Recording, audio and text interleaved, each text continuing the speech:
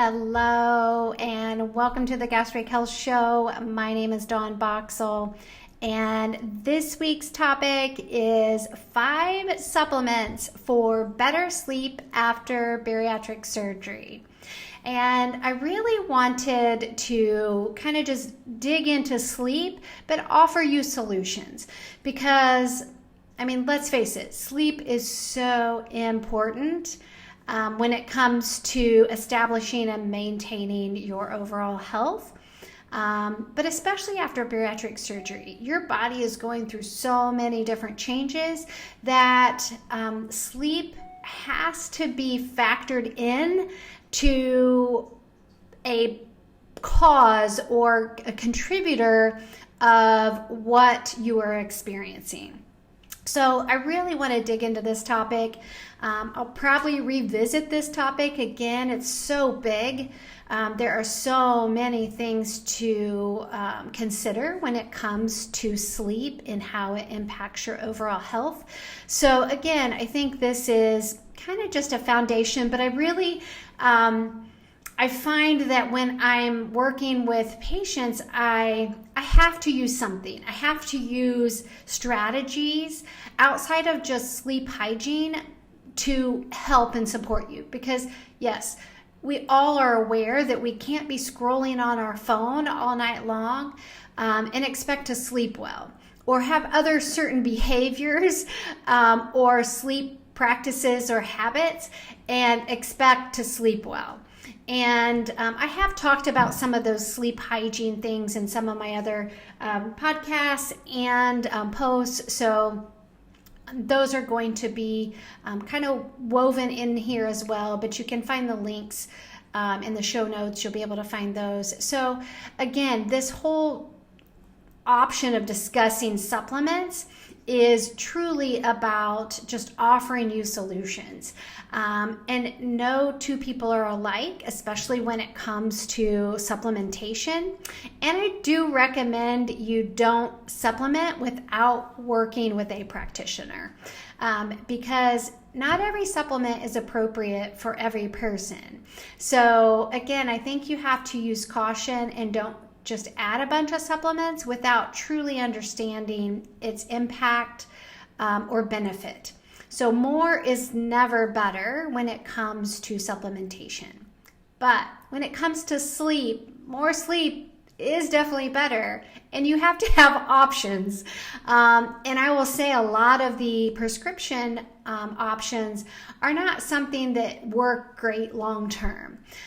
So again, or even short term. I have patients that have tried many things and it just didn't work for them. Whereas some of these other supplementation options were a better fit, and it could help kind of bridge them through making those sleep practices better so that they weren't relying on supplementation for life.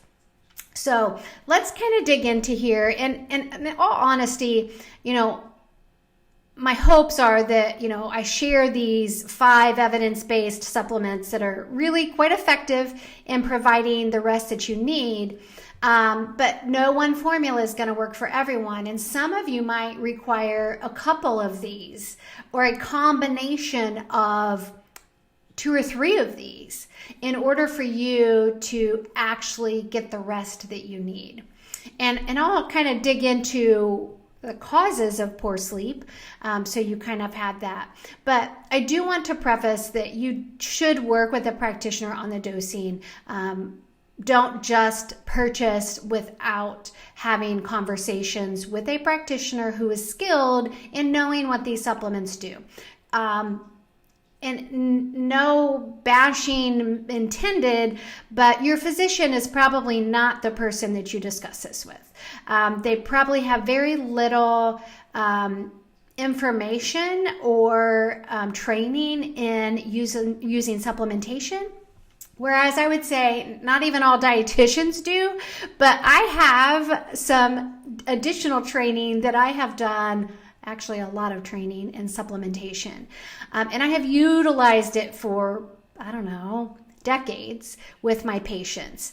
And I personally use supplementation to help in certain scenarios with myself and my family, with certain things that we are experiencing. So I'm not the end all be all, but I am a safe place to have a conversation with. And I'd be happy to have a conversation with any of you. That I would say is where the Gastric Health membership is a great value, because you can sign up for a month membership, and you can just do it monthly as you want to continue. And we can talk through these things and find the best supplementations that will work for your health. After you fill out a whole bunch of assessment forms, and I truly assess your health history and your current health, and put together a plan that kind of works best for you. But again, more supplementation is not better when utilizing, or just when you are trying to get healthy. More is not better. So don't do more of any supplement without getting permission from the practitioner who is recommending it. So now, additionally, I do want to mention that those who've been diagnosed with sleep apnea, either before or after bariatric surgery, is if you're struggling with sleep, get back with your provider to be reevaluated. And for some, sleep apnea has absolutely nothing to do with your weight. It's more structural, and it is something that you will need for life. So again, I would want you to consider that first. If you're struggling with sleep, I would want you to consider having your sleep apnea reevaluated first before you start any supplementation. Because again, to me, I use the supplementation as a support, as a bridge to get us to a different place, because you have to sleep. And if you're not going to sleep, I'm not going to be able to get a lot of your other markers in place, like your blood sugar, your insulin, your inflammatory markers. A lot of these things are not going to improve until we get your sleep dialed in. And if you just can't sleep, we have to find some solutions. And so that's where these supplements come into play. So again, I think working with someone who's skilled in it is your best bet. But bottom line is, if you have sleep apnea, get it reevaluated before you start any type of supplementation, because that may be the only thing that needs to be tweaked, especially if your sleep issues are non-weight related. That you just have to dial that in a little tighter, especially if you've lost some weight after bariatric surgery. That definitely is something that you would want to reevaluate. But the big picture is, you need sleep. You have to have sleep. And just because you want to sleep doesn't mean you can just magically get what your body needs and are going to just sleep. So my hopes are that sharing these natural alternatives that are safe for most people kind of gives you options. It gives you a bridge to the other side, so that you can figure out why you weren't sleeping. So now, I do think we can all agree that bariatric surgery can be life-changing and provide numerous health benefits, and the most significant being weight loss, which can alleviate so many health conditions like your blood sugar and your insulin and heart disease and metabolic dysfunction. All of that can be improved, which for a lot of people can improve sleep. However, for some, it also disrupts your sleep and your sleep patterns and negatively affects your health outcome as a whole, because you aren't able to sleep. So having bariatric surgery does not mean you're going to sleep better. Some do, but some, it actually creates disrupted sleep patterns. So something I think all of us can appreciate is that there are several health conditions that can be impaired by inadequate sleep, either before or after bariatric surgery. And one is diabetes, depression and anxiety, which a lot of people may not think of that as a contributor to poor sleep, or a contributor to your mood is having poor sleep. But that definitely, and I'll show you some of the studies in a little bit and how that's connected. But your blood sugar, so even if you don't have diabetes, but you are having blood sugar issues, maybe you are kind of in the phase of pre-diabetes, so you don't have diabetes, but it's impacting your blood sugar. And then also you got to think about your metabolic health, so that includes your insulin, and if you have a history of insulin resistance or PCOS, those types of things will all be impacted with poor sleep. And then additionally, heart disease is also going to be impacted. But we will discuss the 5 supplements that can help you improve your sleep after bariatric surgery, after we kind of give you a better understanding of how poor sleep affects your health. We all need sleep for good health. In fact, inadequate sleep can lead to various health problems physically and mentally.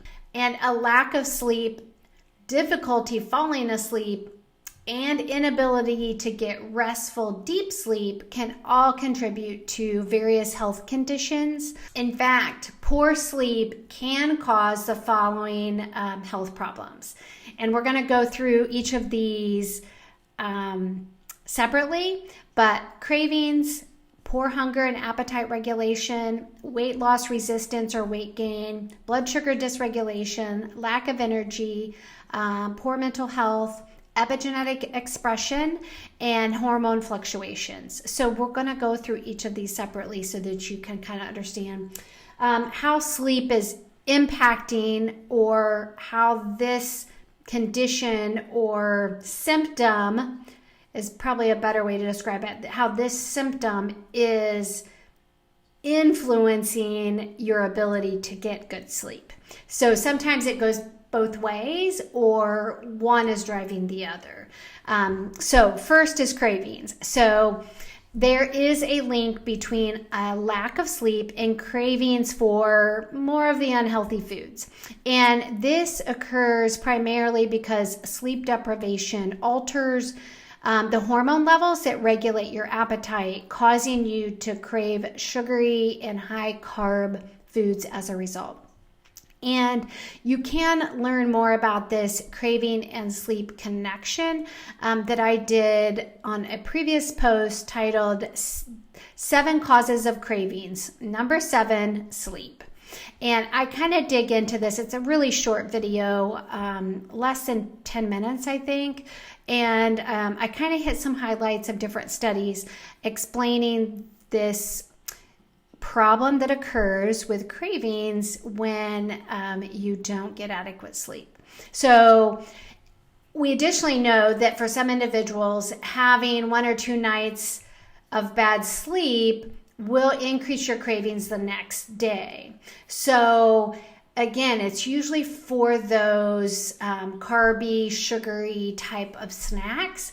So if that is you, you would want to evaluate, pause and reflect and say, okay, why am I craving a candy bar or some ice cream? Or why do I feel like I need something sweet after every meal? What is happening?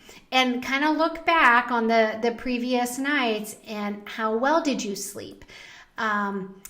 There are tools and ways to evaluate sleep quality. There is one called the Aura Ring, and that I think is kind of deemed as your best tool to evaluate your sleep habits. I do not have one. I have been tempted to purchase one, especially in this menopause phase of my life, because it definitely has changed, and I would love to have that data to see where and how I can improve it, because it provides me feedback more on the details of your sleep, like how how rested were you when you actually slept that night. So that is, and it's spelled OURA.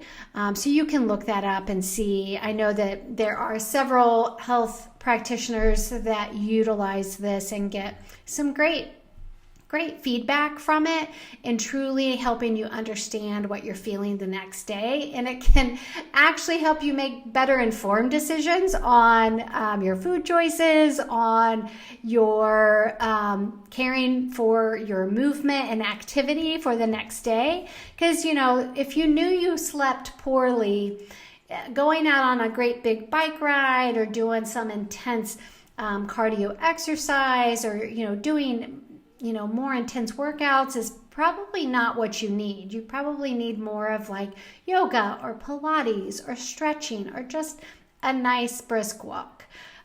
So again, it's information, and it's information to provide you for how to kind of live your best life, feeling your best, and performing at your best. So it's definitely not for everyone. I can't say that I felt like I needed it prior to hitting perimenopause, but I would say I have thought about it a few times to purchase one because of that feedback and information that I feel like I don't have the ability to dial that in. So again, if you feel like cravings are a thing for you, I would encourage you to look back on the last several nights or the last week, and what was your quality of sleep like?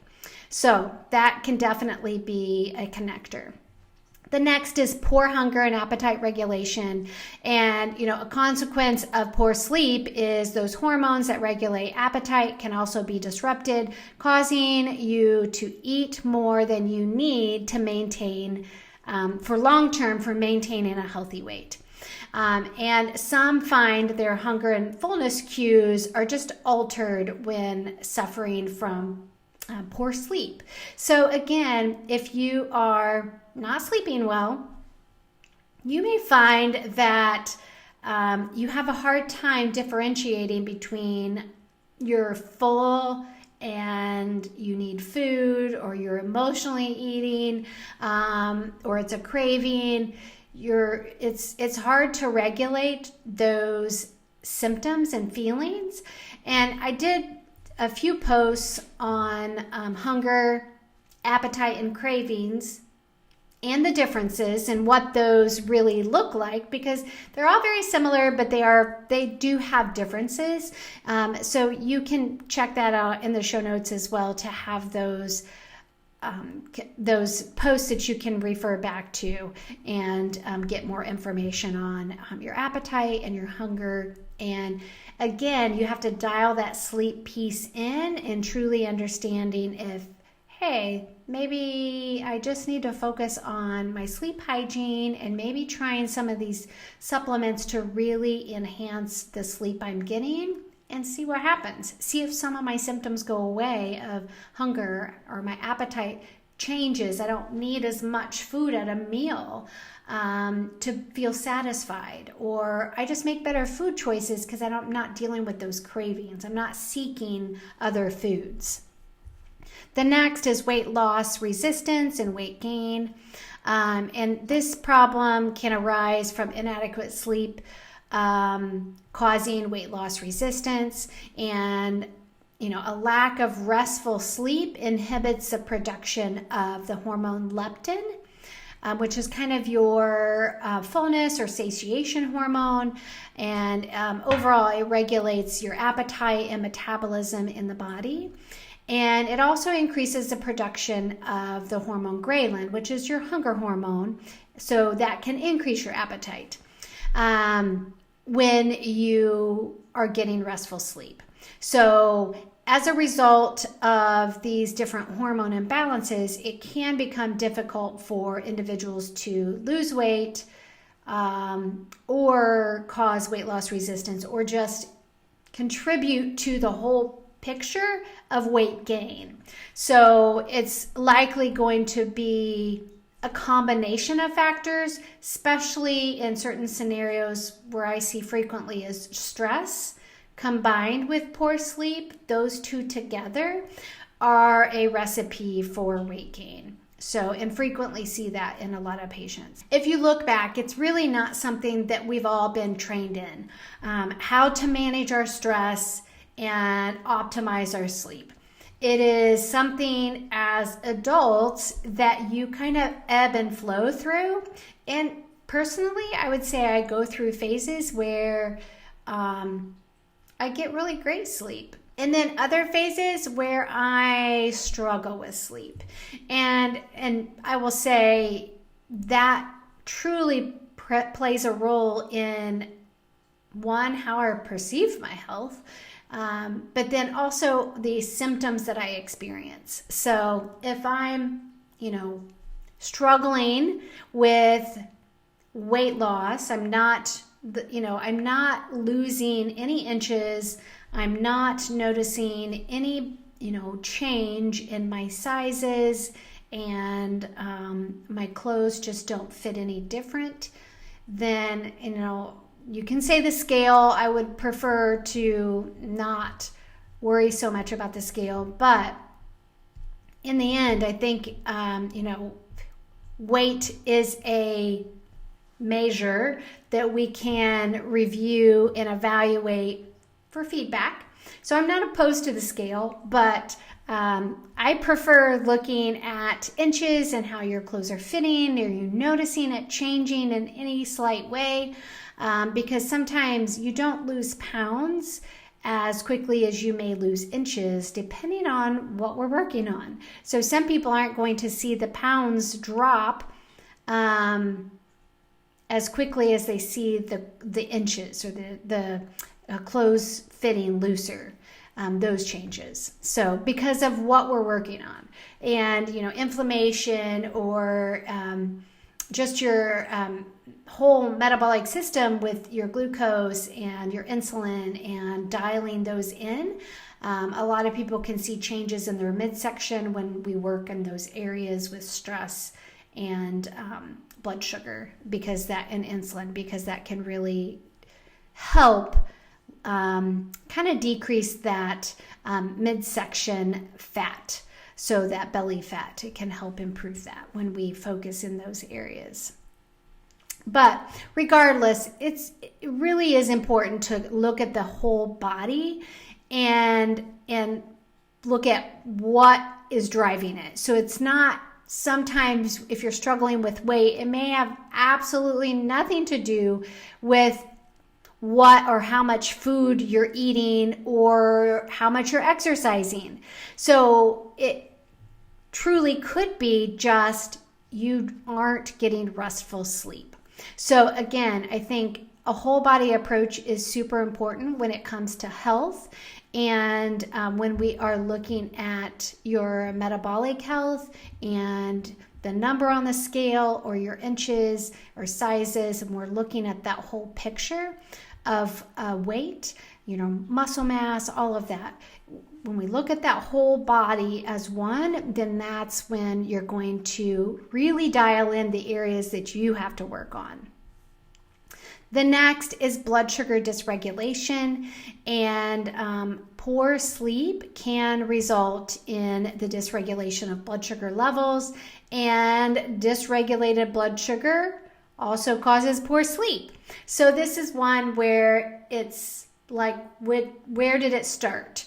And sometimes you can get yourself in this vicious cycle because one is creating the other and vice versa. So it's tricky, but yet still doable. You can still, this is where the supplements really can be helpful, and really dialing in what can support you while you sleep so that we can improve that blood sugar, so that you can have better insulin sensitivity and lower blood sugar levels throughout the day. So again, to me, this is where a supplement for sleep is a better resource, because it's going to be doing twofold. So we can, and you'll see in a little bit with some of the supplements, that they also help improve blood sugar levels and insulin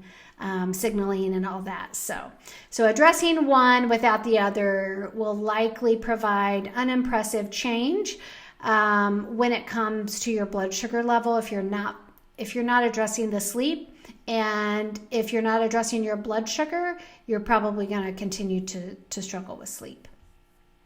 And in some cases, with elevated blood sugars chronically, then it can cause insulin resistance where the body becomes less sensitive to insulin, resulting in high levels of blood sugar in the body, which again lead to diabetes, prediabetes, then diabetes as a result of the high blood sugar levels. And various health problems can occur, and including metabolic syndrome, cardiovascular disease, all of those included.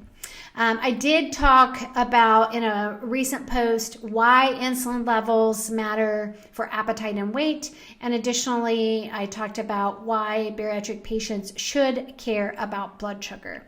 And in that, you can learn more about insulin and blood sugar.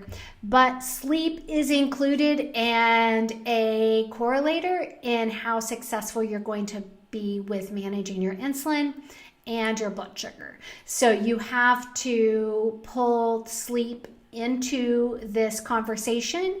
And if you're not sleeping well, then we need to attack it so that you can have better blood sugar control. Blood sugar regulation is critical for so many areas of balancing your health. Too much sugar consistently in your blood compromises your health, yet too little creates havoc at a different level. So you don't want too little blood sugar and have have hypoglycemia. That is not helpful either. So if your blood sugar is dysregulated consistently or chronically, then your sleep needs to be evaluated. If you have sleep apnea, maybe it's time for another an evaluation. Dial that sleep piece in so that you can have better blood sugar and insulin control. The next is lack of energy, and this one seems pretty obvious. Sleep deprivation is also associated with low energy levels, and in addition, it can negatively affect productivity, motivation, and performance, kind of making concentrating and focusing and actually performing your daily activities difficult. So that one is, although super obvious, it just needs to be mentioned that, if you are struggling with your energy, have you looked at your sleep? Have you considered that I need to work on sleep? And it's not just, saying I need to get a better night's sleep. You got to apply some strategies, and this could be just sleep hygiene, and where you're actually setting the room at the right temperature, you're getting room darkening shades or blinds or curtains, you're taking your work desk out of your bedroom and putting it somewhere else so you associate sleep with the bedroom and not work.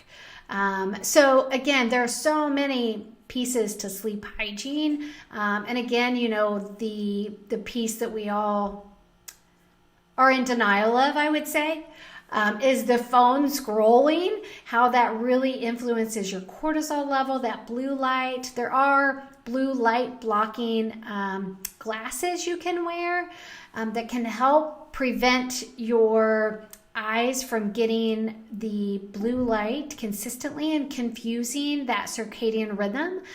So again, these are things that are naturally happening, that when you mess this rhythm or this system up, you are creating a lot of problems and havoc at a different level, and your energy is one piece of that. The next one is your mental health. Sleep plays an essential role in mental health, and lack of sleep can contribute to various mental health problems, specifically depression, anxiety, and mood swings. And poor sleep can also worsen existing mental health conditions, resulting in a further decline in mental health. So you have ruminating thoughts, you're worried, and that just continues through the night, and you don't sleep. So then it kind of gets you in this cycle where now you're ruminating all day and all night and you're not resting. And again, this is where some of these supplements are a game changer for people. And even the studies show, and even in my experience with patients utilizing them, it can make a huge difference in your mood and your ability to just self-regulate better, and makes you more resilient to handle the stressors of life. So, when we aren't sleeping well, then we're more snappy and short and less capable of actually, managing what gets thrown at us day in and day out. And we'll be more reactive and more dramatic and more, maybe even more grouchy, and you might say things that you regret because you're just not getting adequate sleep. So I think you get the picture. The next one is epigenetic expression, and sleep deprivation can have a negative effect on epigenetic expression, which is the process of activating or deactivating genes. And I talk a lot about nutrigenomics and nutrigenetics and just epigenetic expression. We talk about that.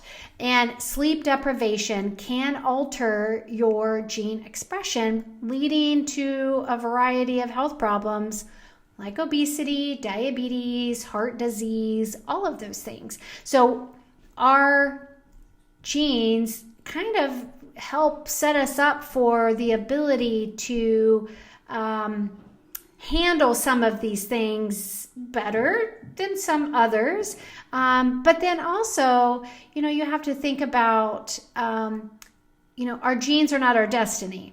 Our genes just kind of load the gun, and then our epigenetics, our diet and our lifestyle and choices is what pulls the trigger. So again, I think you have to step back and say, okay, what's activating this? What is turning this on? And what can I do differently to turn it back off? So it's essential to get enough sleep to stay healthy. And you should aim for 7 to 8 hours of sleep each night and prioritize sleep hygiene.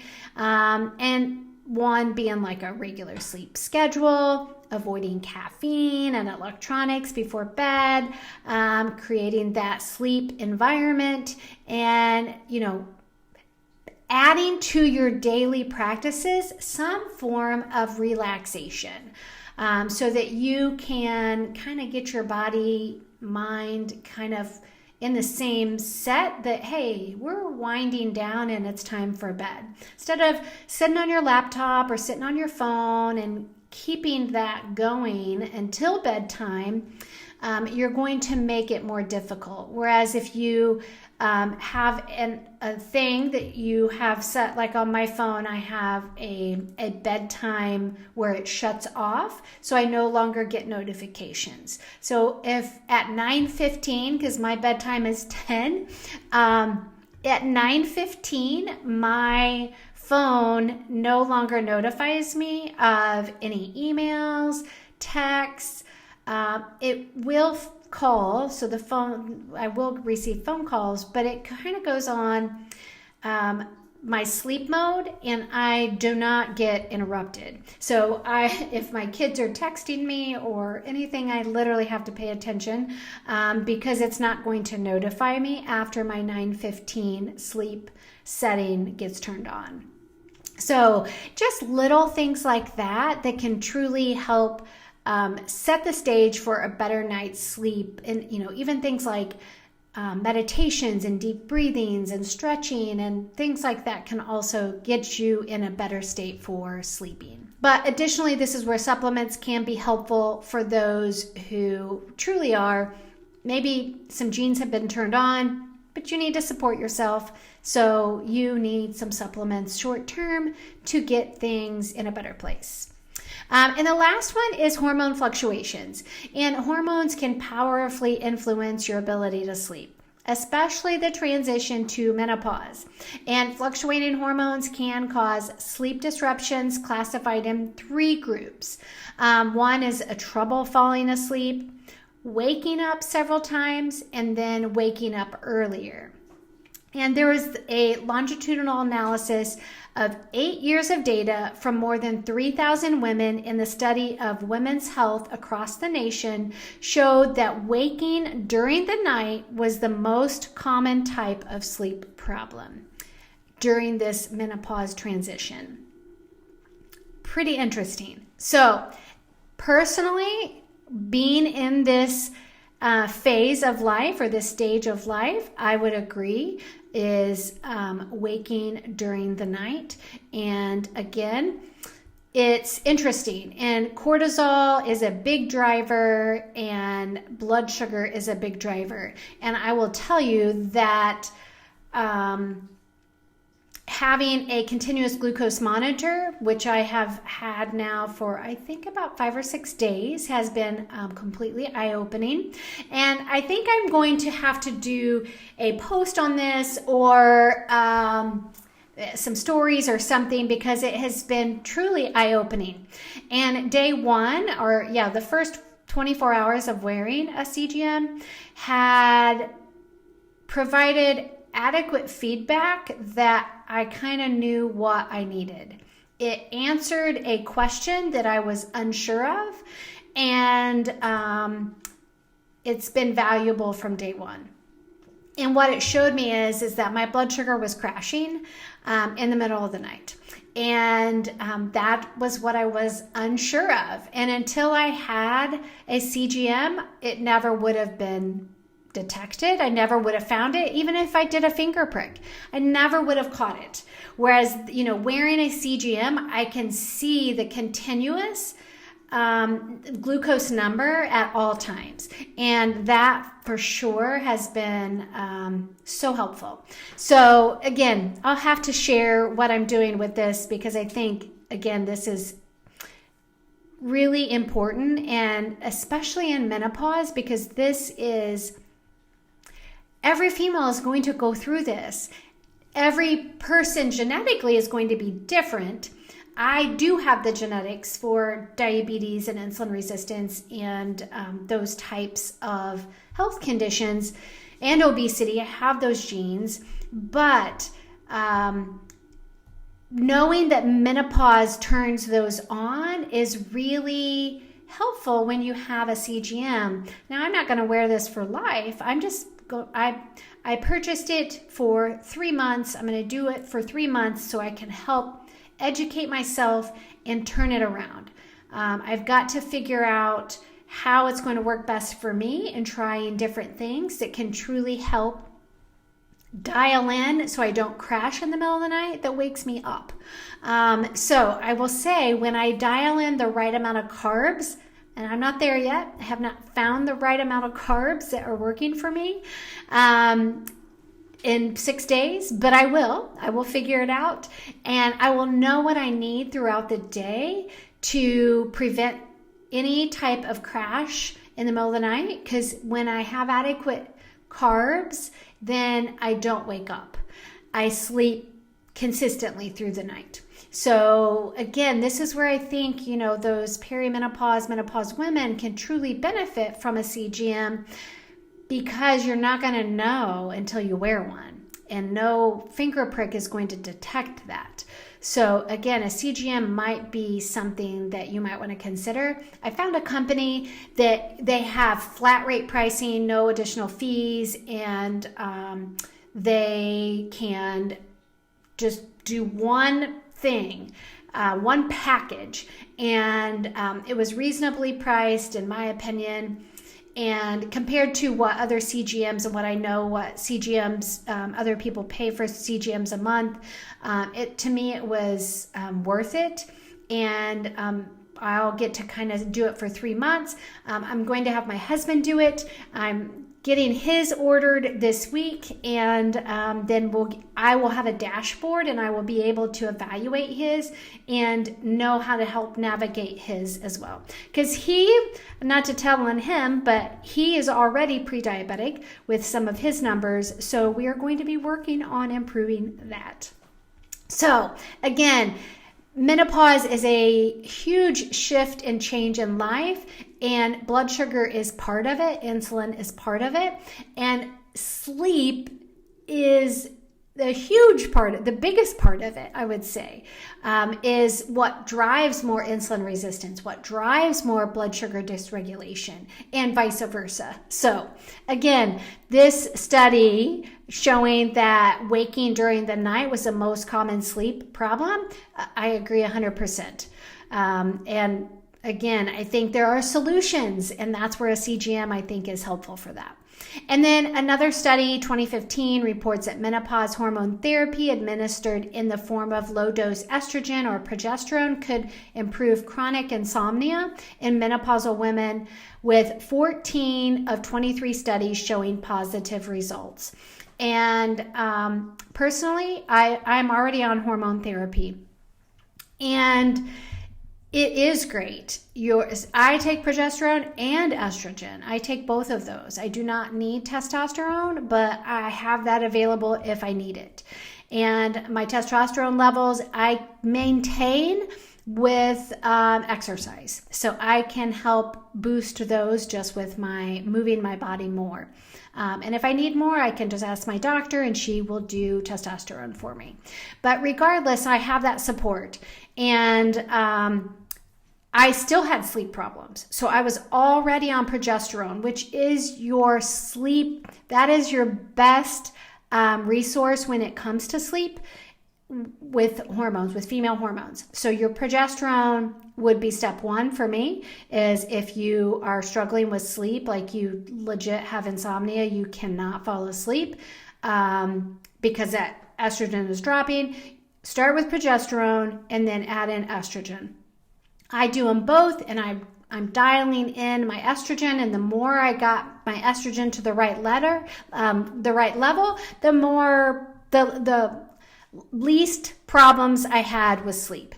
So again, it's finding that balance and working with your provider and paying attention and being aware of your symptoms and having that ability to adjust as needed. So I think that's super helpful, and it's a way to manage this sleep piece, because even though I was on estrogen and progesterone, I really wasn't, when my sleep issues began, I was not having enough estrogen at all. I was not utilizing the estrogen like I should have been. But once I ramped that up, sleep did improve. But prior to that, even though taking estrogen at the wrong dose, I was not getting good sleep.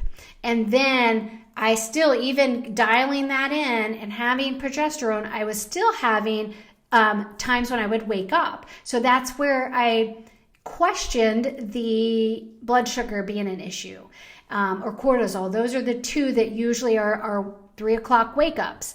And that, I will tell you, has, again, the CGM is a great tool to get that feedback and that information that I needed so that I could fix that problem, so that now I can sleep consistently through the night once I figure out the exact amount that I need and how I need to manage my life to minimize stress that will help optimize those. So again, it's very fascinating, and I will tell you, excited to utilize this more with patients, because it's such a great tool and provides such great feedback. The dashboard that I have available, I can give immediate feedback to people and recommend, hey, try this today. Make sure you're having this at bedtime or this at your next meal. So kind of cool to be able to see that. And it teaches you a lot just using the app. So anyway, hormone therapy can be life-changing. So again, find a practitioner that can help guide and prescribe hormone therapy if you do struggle with sleep. that would be a number one thing. And you're in that 40 to 60-year-old female age range, because this could be a piece of it. So now we've kind of established all of the symptoms and health conditions that contribute to poor sleep. So what can you do? You need sleep. So what are your options? There are 5. And I'm just going to list them, and then we'll go through each of them individually. The first is magnesium bis-glycinate. The second is magnesium threonate, phosphatidylserine, and apigenin, and L-theanine. Those are the 5 that have some really good evidence. So the first one is magnesium bis-glycinate, and magnesium is pivotal in triggering the relaxation pathways in the body. And this is because magnesium aids in gamma aminobutyric acid, or GABA, production. So GABA production, you have magnesium as a cofactor. So that's why it's important to have adequate magnesium in your diet. And GABA is a neurotransmitter that soothes the nervous system and promotes sleep. And according to a study, magnesium is important in many physiological processes. And it has several important functions, including maintaining the health of your bones, muscles, and nerves, and producing energy. Several studies have suggested that magnesium supplementation may be beneficial for sleep, anxiety, and depression, among other things. And furthermore, it may improve insulin sensitivity and reduce blood pressure. So I don't think you're going to go wrong with magnesium, but not every form of magnesium is the right form for sleep. And magnesium bis-glycinate and magnesium threonate are the 2 forms that are going to be the best option for sleep. So those are the 2 that you would want to look for. And again, I don't give dosing on social media or in my YouTubes. I just try not to do dosing because it's different for everyone. And I utilize different protocols for different people based on genetics, health history, medications, current symptoms. I mean, there's a long list of things I evaluate before I just put someone on a supplement. So again, I think considering these 2 forms of magnesium for sleep is a great option. So if you are struggling with your sleep, start with these simple magnesium supplements to kind of see if they work. I would buy one first and test it out. Do 1 bottle, buy a small bottle and test it out. If you really didn't notice any improvement, and maybe work with a practitioner like myself that can help you dial in the dosing of it, because you don't want to go crazy on these. You can do too high of an intake of it. So again, work with somebody that can help you dial in the right dose. But try them. This is how you kind of figure out the best tool for you. Additionally, the magnesium bis-glycinate is highly absorbable and can help improve sleep quality. And it's a mineral that aids in muscle relaxation and promotes restful sleep. Researchers have found that older adults who took magnesium bis-glycinate for 8 weeks had improved sleep quality and reduced insomnia. The study also suggested that magnesium supplementation can enhance sleep quality and shorten the time it takes to fall asleep. So, this form of the magnesium bis-glycinate may be a great option for some of you to consider.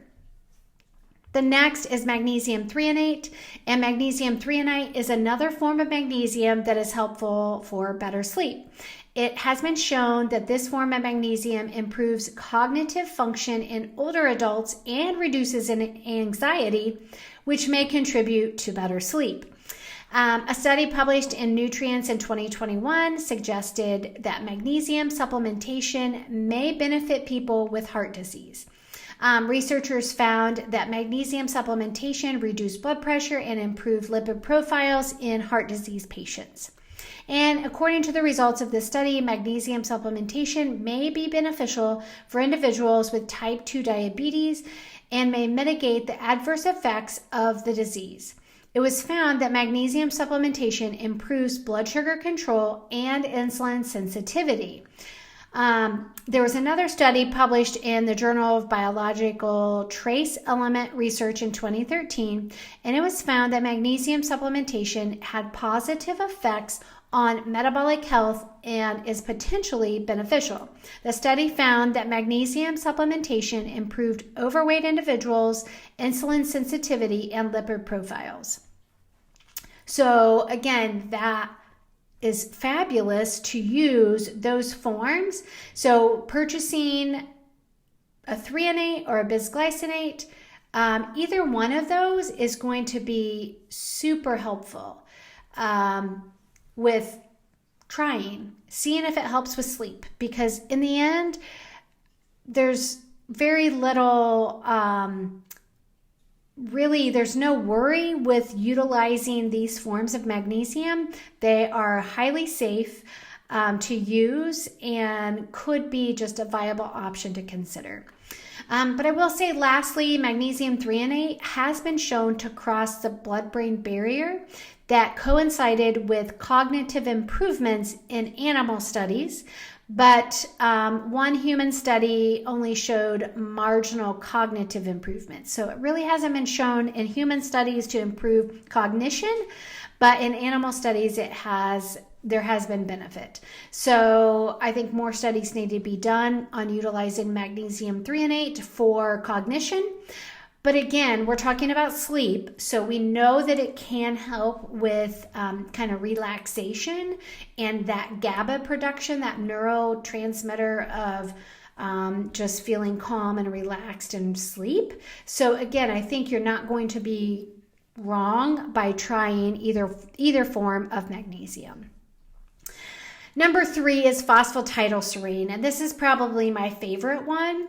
And I utilize this in my house a lot, and I talk about this at various times. And I have used this off and on for years for myself, and I go through seasons when I use it all the time, and when I go through seasons that I just don't need it. I don't use it at all.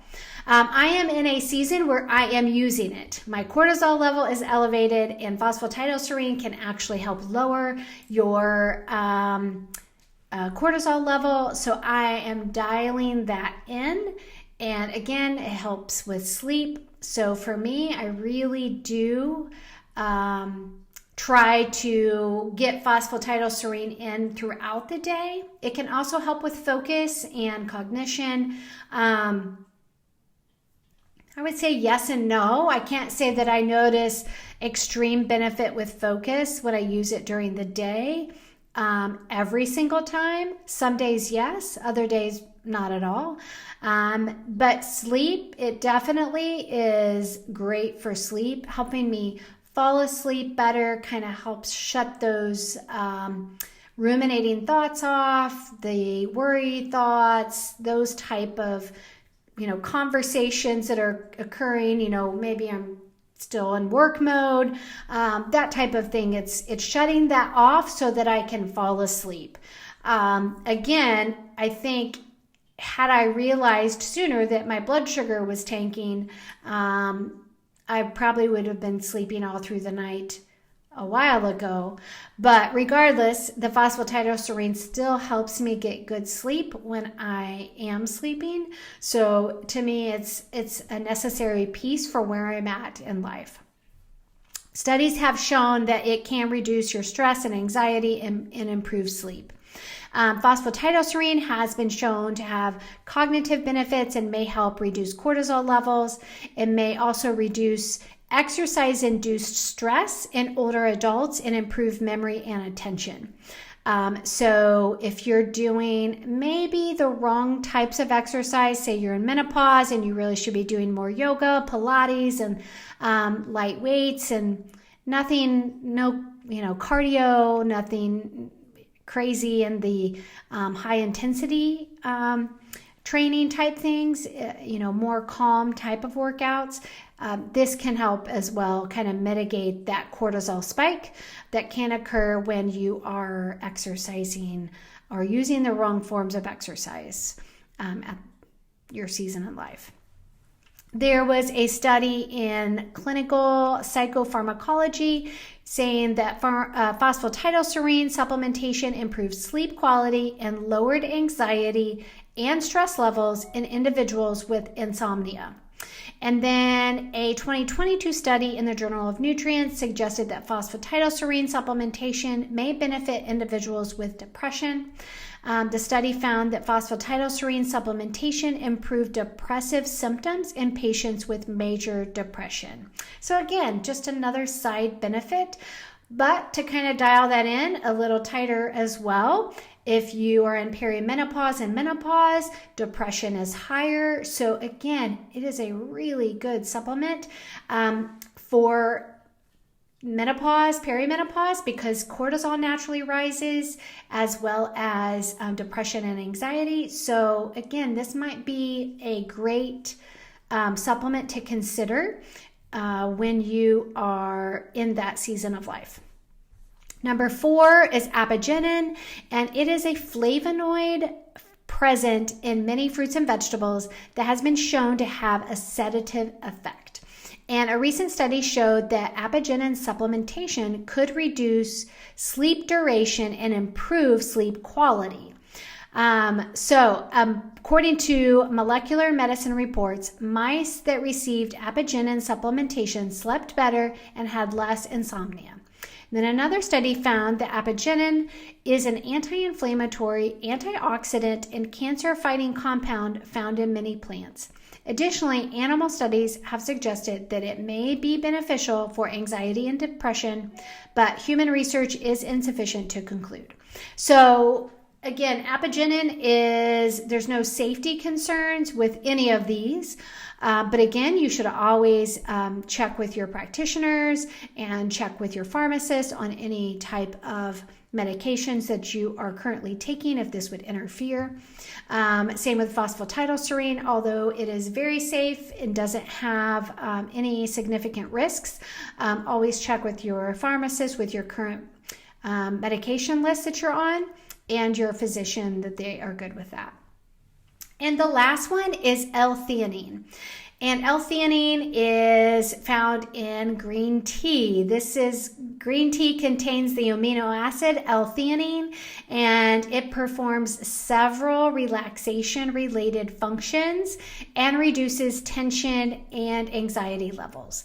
And it was also shown to improve sleep quality by enhancing deep, restful sleep.